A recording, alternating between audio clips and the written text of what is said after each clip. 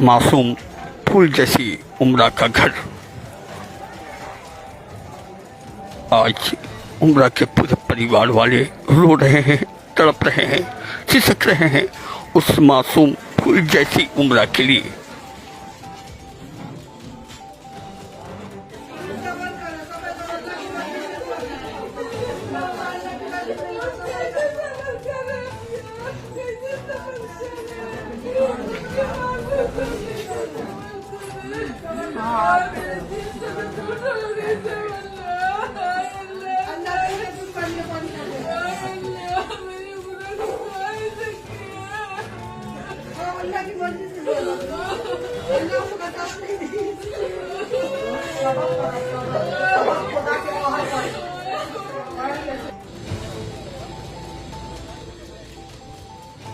ये क्या मामला है? ये 31 दिसंबर के शाम उमरा जो है यहाँ इसी जिस लोकेशन पर हम खड़े हैं उससे पीछे उनका वो बच्ची के गायब होने की सूचना प्राप्त हुई। उसके बाद से ही लगातार इसमें स्थानीय लोगों द्वारा, स्थानीय जो प्रशासन है उनके द्वारा, पुलिस के द्वारा बहुत ही सघन तरीके से सर्च अभियान चलाया जा रहा है, जिसमें कई सारी चीज़ें निकल के सामने आ रही थी। जब बच्ची आखिरी बार जहाँ देखी गई थी उस समय उसके साथ और भी 2 बच्चे थे।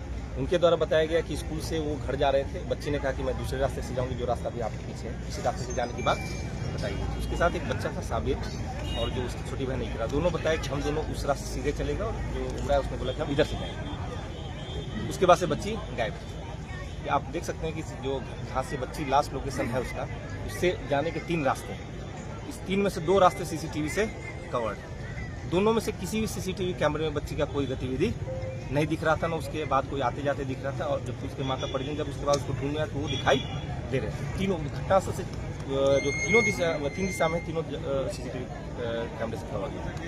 कुछ पता नहीं चलने के बाद इसमें सोशल मीडिया के माध्यम से आप लोग के द्वारा, मीडिया के द्वारा भी, और हर तरह से इसमें पूरी कोशिश की गई, जो भी टेक्निकल एनालिसिस हो, लेकिन अभी तक पुलिस को कोई कल तक कोई सफलता नहीं मिली। ये 4 वर्ष की बच्ची का मैटर था, इसलिए फिर कल मेरे द्वारा और एएसपी डीडी के द्वारा ये किया गया कि अब फिर दोबारा से इसको, जहाँ से बच्ची गायब हुई, दोबारा से इसको अनुसंधान 0 से स्टार्ट किया गया। फिर दोबारा कल रात में फैमिली मेम्बर्स के साथ बैठ के जब चीज़ों का पूरा एनालिसिस किया गया, जो अभी तक अनुसंधान हुआ था उसका एनालिसिस करने के बाद हुआ कि आज फिर दोबारा घटनास्थल से शुरुआत किया गया। तो मैं और एएसपी साहब, SHO और पूरी टीम, DIB टीम, यहाँ इन लोगों ने सारे पॉसिबल एंगल्स रिजेक्ट कर दिए। तब यहाँ आप देख सकते हैं कि कचरा, बहुत बड़ा कचरा पट्टी है, उसके पास ये दिखा कि एक बच्चे का शव है वो भरा हुआ है, उसके ऊपर घास वास पूरा पेड़ जमा हुआ है। तो फिर निकालने पर, वहाँ पर सर्च करने पर पता चला कि उमरा था शव। काफ़ी पुराना लग रहा है। वहाँ से डायटम टेस्ट के लिए सैंपल भी लिया गया, DNA टेस्ट और पोस्टमार्टम से स्पष्ट हो जाएगा कि डेथ कब हुई थी और किस कारण से। दूसरी बात है कि इससे परिजनों द्वारा और पुलिस के द्वारा आशंका थी कि जो जहाँ पे बॉडी मिली उससे थोड़ा सा आगे भी 2 कचरे का गड्ढा है। पहले हम लोग की आशंका उस पर थी कि कहीं उसको पार करने के चक्कर में उसमें गिर गई। उसका भी पानी घटना के अगले दिन ही पूरा साफ करके निकाला गया, लेकिन वहाँ कोई सफलता नहीं मिली, वहाँ कुछ भी हम लोग को प्राप्त नहीं हुआ। और उसके बगल वाला जो कचरा है, कचरे का ढेर इतना ज़्यादा है और दलदल इतना ज़्यादा है कि उसमें स्पष्ट नहीं हो पाया। और जब ये पानी वहाँ से हटा और कचरा वहाँ से हटा, तब जाकर आज हम लोग सुबह सर्च के दौरान। जिस तरीके से बच्ची की निर्मम हत्या की गई है, पुलिस की अगली कार्रवाई क्या होगी?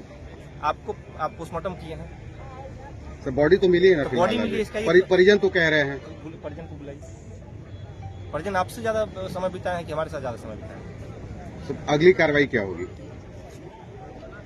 अगली कार्रवाई मैंने आपको बताया कि वहाँ से जो वाटर सैंपल वो लिया गया है, पोस्टमार्टम कराया जाएगा, DNA टेस्ट कराया जाएगा, उससे स्पष्ट हो जाएगा कि मौत किस कारण से हुआ, कब हुआ। सर, सूचना परिवार वालों के द्वारा से मिली थी या? नहीं, हमारे द्वारा ही, हमारी टीम सुबह से, मैंने आपको कल ही बताई, कल रात को परिजनों के साथ बैठ के हम लोगों ने दोबारा विचार विमर्श किया कि इसमें क्या क्या एंगल हो सकते हैं। उन्होंने भी काफ़ी चीज़ें बताई थी कि इसमें दूसरे राज्यों में, दूसरे जिलों में और अन्य एजेंसीज की मदद लेने की बात बताई गई। इसीलिए मैंने फिर दोबारा 0 से अनुसंधान शुरू किया। जहाँ से बच्ची गायब हुई थी उसी की जगह से फिर दोबारा उसी सर्च के दौरान ये चीज़, यहाँ आप खुद अगर थोड़ा सा आपके पास समय है तो देख लीजिए कि यहाँ अगर कचरा नहीं हटे तो यहाँ पता चलना असंभव है कि अंदर कोई कुछ है। और इसके बाद जो 2 गड्ढे हैं उसको पूरा सर्च कर, जब पानी उसमें का निकाला गया, उसका पानी उधर